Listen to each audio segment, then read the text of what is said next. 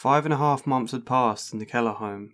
At times, Katie seemed to be more peaceful due to Jackie's supervision and direct support in almost every moment of her life, but her desire to resume control was never far from the surface. She still resisted many day-to-day requests, was quick to rage, could be destructive, and was often grumpy or irritable. The moment Jackie gave her a bit of freedom, Katie would take the opportunity to sabotage her efforts.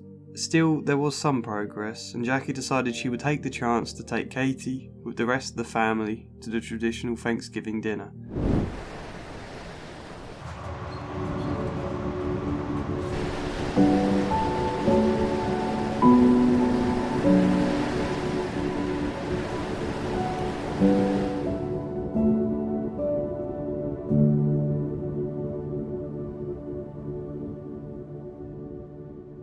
Welcome back to me talking about Daniel Hughes' book, Building the Bonds of Attachment. It's been a while.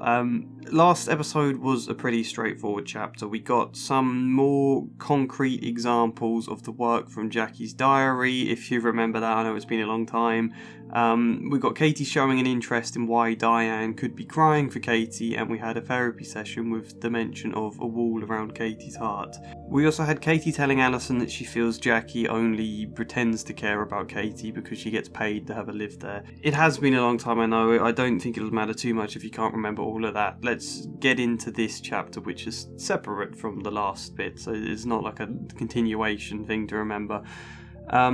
So yeah, it's Thanksgiving. I know nothing about Thanksgiving myself because I'm British, but I imagine it's a tradition that, like Christmas, causes a fair amount of friction between family members, even in the most supportive of families. So imagine what it would be like with a family, including Katie. And also remember, this is not Katie's biological family. She has become part of the family, but the thought of driving out to meet Jackie's extended family, her parents, siblings, their children, all these people who are biological family where Katie is not, I think that could be a very positive experience for Katie, an experience to kind of reaffirm, yes, you are a proper part of this family now, you can sit down and enjoy a meal with the rest of us, you were not on the outside. It's the chance for something very reassuring, but that hope is also set against the struggle of it all, because as much as that could be positive, just being around all these people who are biologically related and have long history, maybe running jokes, traditions,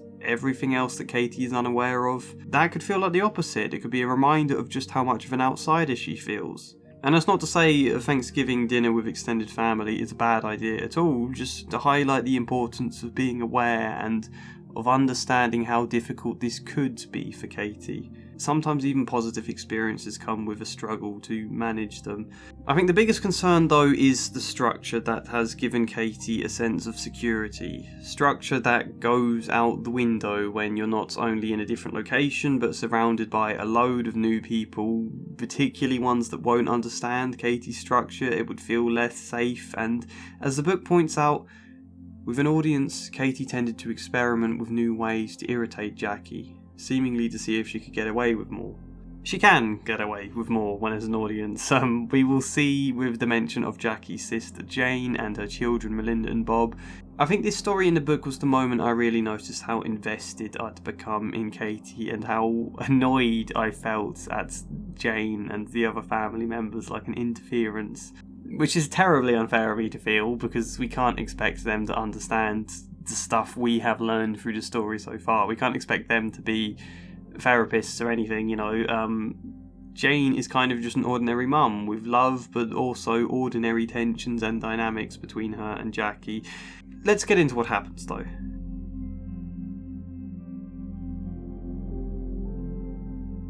So the Keller family travelled to Brunswick to have Thanksgiving dinner with Jackie's mum, Sarah, Jackie's siblings, Jane and Tony, and their families as well. It's something they've always done for years. How the hell they fit all these people into one house, I have no idea. But again, before we criticise Jane for not understanding the needs of Katie, Jane lives far away in Connecticut. I assume it's far away. I don't understand American states and their geography. So it's not like Jane sees Jackie that much. large, and this is the 90s, which means internet is less of a thing. Her brother Tony did live and work in Maine at the university, so he had seen Jackie more, and he had gotten to know her previous foster child Gabe, and he sort of knows Katie. Even if he doesn't fully understand them and get all of the approach and the psychology and things, he can just grasp how much hard work these kids are for Jackie. Sarah, Jackie's mum, on the other hand, well, it says Sarah tried to understand, but of course she had her opinions, which at times she expressed to her daughter. To me, that suggests someone who is glad Jackie does something she likes, but that Sarah is also a bit behind the times, doesn't really wrap her head around this trauma stuff and all of that. And then Jane had her own life and never really understood what her sister was up to with her foster kids. I guess I'm just labouring this because it's impossible to go into any job anywhere along the lines of therapy. I know this isn't therapy, but something to do with that kind of stuff. It's impossible to go into most of those types of jobs without a lot of people having a lot of opinions about it. From the people who worry you might be psychoanalyzing them whenever you small talk, to people who think children are treated too softly nowadays, to people who just generally find all this stuff a bit mysterious and confusing, and that can make it all a bit scary or can get their backs up. I wouldn't be surprised as well if there's an element of, with Jackie parenting these particular kids who need special help, if that can make Jane possibly feel like Jackie thinks she's a better mother than her type scenario. She might not, but that's just something I imagine could occur in these sort of situations. People do have a lot of opinions and feelings about these types of things. The culture is slowly shifting, but it's still something I think you have to expect, even from your family members. But anyway, they arrive, they greet everyone. Jackie goes to help in the kitchen, whilst Mark, who is her husband in case you've forgotten again, is tasked to supervise Katie.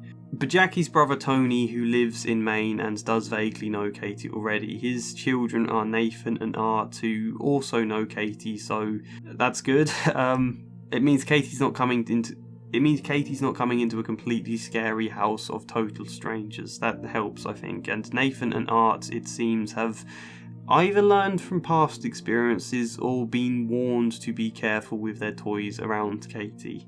Whatever warnings or explanations Jackie may have given, Tony must have understood and helped feed that back to his children. Because we know Katie can have the tendency to break other people's things, and her own things actually. I'm almost certain Jackie has tried to explain a lot of Katie to everyone here in advance, but they might not fully get it, much less their children understand. It's not easy to expect that, and that's another thing I think you have to be aware of when other people get involved in these scenarios. Which is exactly the problem with Jane's children, Melinda and Bob. Melinda has a Game Boy, which shows you how old this is, and Katie asks to play with it. Mark, being supervisor at the time, is quick to suggest that Katie play with something else, knowing where this could lead. I think, if you can remember back to, I reckon it was episode 3, Katie once broke what I think was a Game Boy there. But Melinda's dad, Robert, insists it's fine, it's just trying out her Game Boy, sharing is good for kids, sort of thing that parents would typically suggest. And it's very hard to then press otherwise and say, no, Katie shouldn't play with your Game Boy, because that can start to feel quite harsh in front of all these people. Katie can start wondering why not. Robert said it was fine. Robert's probably pushing even more, and Melinda herself might want to show it off to Katie. It becomes very difficult, so Katie does have a go, and she fails to win at whatever game she's playing, and smashes the Game Boy against the floor. When it seemed to be broken, Robert remained understanding and forgiving, although Melinda did not. Mark indicated that Katie would be responsible to pay for its replacement if it could not be fixed. Katie screamed at that idea, and she screamed even louder when Mark insisted that she sit next to him while the other kids remained playing on the floor. I think Robert's reaction is probably the very nice, incredibly nice, polite, but also quite natural reaction in this situation. To just say it's fine, it happens, and possibly to even suggest it was an accident. But it was no accident. Katie 100% broke it on purpose. I doubt she planned to here, but her anger rose up and she reacted, and we don't want to exactly blame her, no, but do not deny the truth and pretend it was an accident just to avoid the confrontation. It tells Katie Robert is someone she can charm and exploit. We talked right at the beginning of this series about that tendency we can all have to be extra nice when we first meet new children, and how when we might not be as nice in the future just ordinarily, that can make the kindness originally start to feel like a trick or a betrayal to Katie. So we need to be truthful and consistent. So yes, Katie did break it, and that wasn't an okay thing to happen, and we have to try and help her do something to repair the situation. Again, not lumping her with a bill for a Game Boy in a shaming way and somehow expecting a child to earn money, but, going, okay, Katie, later on we'll try and work at some sort of chores or something reparative to make up for it and give you the feeling of fixing what went wrong. We know this stuff clearly, we've seen it in previous chapters, but it becomes so much harder to keep on top of when there's now other adults with other opinions and ideas on the situation. Jane comes rushing in when she hears all this screaming from this child, and she tries to comfort Katie. She put her arm around Katie and suggested she help her in the kitchen. Katie smiled and went with her cheerfully. She had found an ally. Katie charmed Jane. Jackie looked at them with amusement and mild annoyance. Now her sister would never believe her when she described some of Katie's behaviours. She could anticipate comments such as, "It can't be that bad," or "She's just a little girl," or "Don't you think you're being too hard on her?" Do you remember how that was kind of what Karen, the second foster parent, thought about Ruth Daly, who was the first one? Probably not, it's been ages, but you might. And then when it all went wrong with Karen as well, Susan, who was the next foster parent, thought the exact same thing of Karen, that these people are just too hard on Katie, whereas I, being very kind and charming, know how to handle her better. It's all good trying to solve situations by being nice, but what happens when you have to stop Katie doing something she wants to do, or you have to make her do something she doesn't want to do for her own sake? What happens then? And also, I guess, at what point does kindness turn from actual kindness into just a semi-manipulation meant to keep a child from throwing tantrums? That's an interesting question, because there is something kind of manipulative about that. And if not, it's definitely a kind of fear to face up to a very real part of this child, and teaching them to be afraid of this anger. For a child who grew up with very little kindness, it probably confuses their understanding of what kindness is. And, is kindness really giving them nice things because you don't want to see a child's ugly side, ugly in speech marks, and you want to push that away and never have to deal with it? Or is kindness about showing care to both a child's good and bad sides? Not that they are split good and bad sides, it's just the analogy. I think it's quite natural and common that when we see a child having a bit of a tantrum at a family gathering, we'd want to jump in and try and sort it out and make the family gathering situation fine, sweep it under the carpet, or perhaps even be the hero of the moment who can resolve everything, the person to show up everyone else's parenting skills because we're much better and we know how to handle these things. Sometimes I think parents do get really competitive about how good parenting they can do when it comes to gatherings like this. It does happen. And also, let's not forget Jackie and Jane are sisters. There's no doubt a whole world of sibling rivalry lurking somewhere beneath the surface. How easily can that be exploited? Can Katie get them fighting with each other the way she got Susan and Richard fighting in that foster home? The way her biological parents, Sally and Mike, would fight? So, dinner comes. Katie often finds sitting around a dinner table with other people to be a difficult time where she does often play up, even with the family at home. And when Katie does struggle to manage it, Jackie would put Katie and her own food aside, and then the two of them would just eat together away from the others. And she'd also always sit next to Jackie, even when Katie doesn't want to, because that feels safer and it makes it easier for her to manage. But that doesn't happen here, because she's charmed Jane and wants to sit next to Jane, and when Jackie suggests it's not a good idea, Jane insists it's fine and dismisses all discussion, thinking of Jackie as being uptight kind of thing. Jane prepared Katie's plate, and the angelic child smiled and thanked her. When Jane put the gravy bowl down next to her, Katie quietly asked if she could pour her gravy herself. Jane smiled, gave her the ladle, and turned to talk to Sarah. Katie put one hand on the bowl and began to lower the ladle into the gravy. With the slightest smile, and a clear focus on what she was doing, she tipped over the bowl, with the gravy pouring out across the table and onto Jane's lap. Didn't take long, did it? And you can just imagine it, how tempting a bowl full of gravy would be when there's someone's lap open right next to you. You can imagine that for Katie. It's almost like a cartoon. There is a very mischievous side to this child, which is a tangent I'm going to throw in. But mischievous, I think, is quite a good word to often use, because there is kind of a negative, but not also sort of a positive connotation to mischievousness, as though there's something kind of playful and enjoyable about it at the same time, which I think is useful with Katie. When we've seen Jackie sort of able to joke about Katie peeing down the stairs as being a waterfall and things like that, I think mischievous is a word that can be used to add a bit more playfulness and to teach that whilst what they did, their behaviour is not okay, having a mischievous side to you isn't necessarily a bad thing. It's the behaviour that's wrong here, but you as yourself, it's less shaming, I guess is what I'm trying to say. I don't think I've made that point very clearly there. The point is, while the fuss over the gravy is going on, Jackie hurries to lead Katie away to the living room and says, "I saw what you did, Katie, and that makes me very angry. Jane was very nice to you, and you repay her by doing such a mean thing to her." Katie only yelled, "I want my dinner!" Robert followed him into the living room and said, "I'm sure it was only an accident, Jackie. Don't be hard on her." "It wasn't an accident. I was watching and saw her do it deliberately." You know, at any family gathering, how a big kerfuffle can come out of something small like this. Jane isn't burnt, that's worth pointing out, and after cleaning up, Jackie asked Katie to apologise to her. "It's fine, Katie. I know you didn't mean to do it," Jane said. "She did mean to do it, Jane, and it's not fine," Jackie replied. "I think we should just forget it. Let's go back and enjoy our meal." "I'll be there in a few minutes," Jackie said. "Katie will sit with me while we figure out what to do. She might sit next to me at the table, or we might eat separately from the rest of you."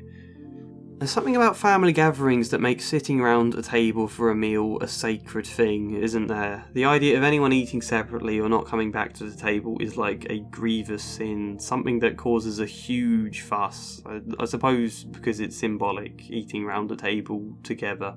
But either way, Jane and some of the others aren't going to accept Jackie and Katie not rejoining the table. They see Jackie's refusal to just forget the whole incident as pig-headed and harsh, and you can absolutely understand why they'd see it that way. And how they'd feel like, this is the one time of the year I see you, Jackie. Come on, come back to the table, let's please just have a meal together. But Katie needs consistency. It matters.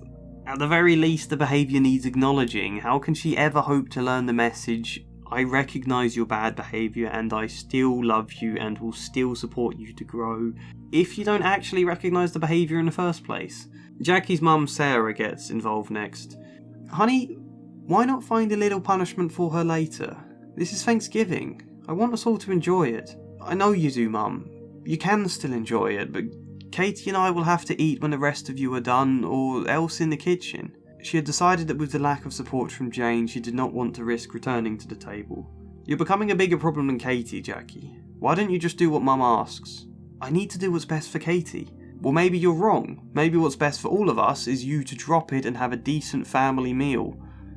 Jackie tries her best to remain calm and to explain, but things escalate. Jane storms off shouting, "If she's not eating, neither am I," leaving Sarah, their mum, to try pleading with Jackie to please return to the table.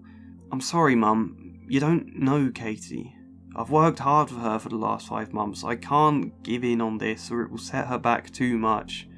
Jackie stared at her mother, waiting for some acknowledgement of her words and acceptance for her decision. Her mother simply stood there, saying nothing. Jackie knew that she would not get the support she was asking for. "I'm sorry, Mum. I think that it's best for Mark and me to take the kids and leave now." It's so sad.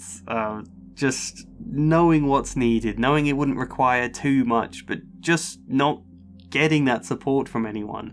And you get it, because this must be so weird and frustrating from Jane or Sarah's point of view. Jackie is forced to look like such a villain in this scenario, and it'd be so easy for her to give in as a result of that, but she just can't. It hurt my heart a little when I first read this. But if Jackie isn't getting support for even sitting away from the table, things are likely to only get worse later on for this whole holiday. Maybe there are better ways to handle this than just leaving flat out like that. There probably are, but remember, this is Jackie's family who have a whole world of emotional effect on her. She can feel the situation slipping from her grasp, and she might fear being drawn out of her approach and ending up behaving and responding to ways in Katie that aren't helpful, becoming less therapeutic, if I guess that's the words, more reactive, more retaliation, that she doesn't want to end up behaving like that. And sometimes I think the most sensible thing anyone can do in these situations is to recognise your limits and to go, okay, it's not sensible to risk things right now. Sometimes that takes a tremendous amount of awareness and humility and sensibility? Is that the word? Sensibleness? Sense! It's just sense, isn't it? Sensibility is different. It's all such a mess though, but we've got to give a big shout out to Mark. He's just the science teacher, but he is so supportive of Jackie, and you see it a lot in this chapter. There's a lot of dialogue here and elsewhere that I'm not going to write, but Jackie looked at Mark. We'd better be going home now. I'm afraid this just hasn't worked out. Let's go, kids. We'll get something to eat on the way home. You know, he must be so disappointed with how things have gone too. He probably wants to stay and eat. I think anyone does. All of them want to stay and eat. So the other children too, Diane and John, I think, and the other one who rarely pops up in this. But Jackie will feel like a wreck inside right now, having to leave her family who she only gets to see on rare occasions, all for a reason that makes her look like a villain and probably feel like she's failed as a foster parent here. The very last thing she would need right now is Mark questioning her or making her feel like she failed. Sometimes the best thing is just to go, yep, I accept your decision, I'm going to back it 100%, whatever I think. Healthy masculinity, I guess. Sometimes strength can mean support as much as it can mean leadership or independence and all the obvious things. Katie is obviously furious as well, being driven away mid-meal and insisting she didn't do anything wrong. Diane's angry because she didn't want to go home, that she wanted to eat. They're probably all hungry, so she's shouting at Katie in the car about this all and how she ruined everything, and Jackie just feels exhausted. Jackie didn't have the energy to say anything. She could only think of her mother staring at her, condemning her decision. Eventually, she imagined how Katie must have looked while Jackie and Jane had been arguing. Katie had probably felt excited and powerful then.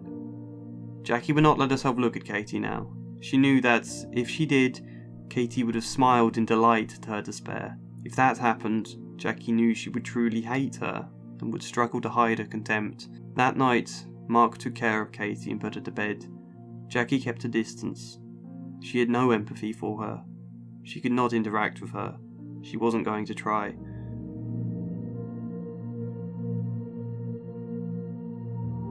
I talked about the quilt incident before as the breaking point, but really this is it. This is the moment empathy just disconnects. And disconnects is a better word than breaking, because there's more of an implication that it can and will reconnect, and we'll get to that happening, but we have to sit with the reality of this experience right now, because it can absolutely happen to any of us. Jackie just feels beaten, really. She's been trying for 5.5 months of exhausting stress and strain beyond belief. You've often commented on this, saying I could never do what she does and stuff. Well, now neither can Jackie. She can't do it either, and that makes it twice as hard, as this is exactly where the worst, darkest parts of our own selves could come out, I think. This stress and how your empathy just disconnects, and how Katie then delights in seeing you so broken, and you're angry at her for making you feel so broken and so much like a failure after pouring so much of your heart and energy into this child. A child who now seems to relish your pain. The wave of anger that could rise up there. It's kind of what drove Karen in the second episode to become violent with Katie. This is uncomfortable to talk about. Sometimes this is where abuse can come from. Not always this, not just this, but finding yourself in a situation where you feel bad or feel like a bad parent, and you wouldn't have felt like that if this child hadn't drawn that behaviour out of you, so you hate the child for it. It's their fault for making me feel so bad and for acting so bad. So you then get even angrier and even harder on them, and that makes you feel even worse, and a vicious cycle can begin. And that is quite an extreme example. I don't want to just scare you with the extremes here. I think a good, lighter, but still sad example to explain this kind of thing is actually my dad, who has gone through a horrendous time in the last few years. I'm not going to get into why, but he's also got a dog called Bob, who is lovely. He's honestly the sweetest dog I've ever known, but also completely bonkers and exhausting in his energy. He never stops, and that's very hard when my dad is in his mid-60s looking after him on his own. And Bob, whilst really well behaved, also has moments where he just loses all focus and gets absorbed by something, like chasing a pigeon or whatever. Well, one day walking him, Bob saw a rabbit in the distance and he just shot after it. And my dad was calling him back, which normally works, but Bob's brain had just seemed to switch off in this scenario and he was sprinting after it. And both of us hate harm coming to any animals, especially rabbits, having grown up with house rabbits that we loved, and I think I even made a video on our old house rabbit Dylan, so my dad was terrified that this dog he loved would kill an innocent rabbit. They were also near a road, so he was terrified Bob might get hit by a car. All of this fear and anger and panic spilled over in a moment with my dad running after him, and he kicked Bob and swore at him, which Bob didn't understand. The poor dog. He'd never been kicked before or shouted at like that. Thank God the rabbit got away, but then Bob spent the rest of this walk anxious and pining after my dad, aware my dad was angry with him and trying to make up for it, but not really understanding what was wrong or what to do, and my dad just being icily distant and in a similar way, just trying not to look at Bob, trying to avoid the pain of that, because my dad did feel terribly guilty about kicking him. It made my dad feel like an awful person. He's normally so gentle and kind. Where had this suddenly come from, you know? Bob didn't deserve that, but he couldn't look at Bob or love him in that moment, because looking at Bob just made him feel 100 times worse about what he'd done. All of his empathy had just switched off. And yeah, some people, rather than grapple with that guilt, might end up projecting it back onto Bob and saying it's his fault, he made me act like that, he's the horrible one, not me, and that would lead themselves further down this path. That's not what happened with my dad. He came back and he talked to me about what had happened later that day, and really that was all he needed, I think. Someone to honestly tell them what he had done, to admit it, and for that person to not react with the scorn and disgust he felt for himself, but with acceptance and understanding. To be able to agree, yes, that was not a good thing to happen at all. Poor little Bob, the poor dog. Also that it's okay, that you can repair this, you did something bad, but that doesn't mean you're a bad person. All sorts of things can happen to us in isolated moments when we're pushed to our limits. Obviously this would be different if this kept happening, but this was one situation. To be honest, I have no idea what I said. I can't remember. It was a long time ago, but it seems to help. He began to forgive himself and then to start reconnecting with Bob again. And when he did, he suddenly remembered just how much he loved this dog. Bob means the absolute world to him, and Bob, being a dog, was of course quick to forgive as well. He's just the best dog. I hope that example makes sense. I hope that's in some way helpful. Why, when Jackie has coped with so much, does this meal seem to beat her? Well, her mum's there, who a part of her is always probably wanting approval from as her mother, and Jackie doesn't get it. Also, your older sister's dredging up past feelings. Suddenly you feel like a little kid again, a pathetic, helpless and shamed child who couldn't get the support she wanted. Her own family, the people she loves, somehow she ends up looking like a terrible mother in front of them, and there's nothing she can seem to do to stop that scenario. And then maybe out comes all of this past history she might have, like the I'm always the one to ruin family occasions, I've always been the bad kid in the family sort of stuff, or whatever it might be.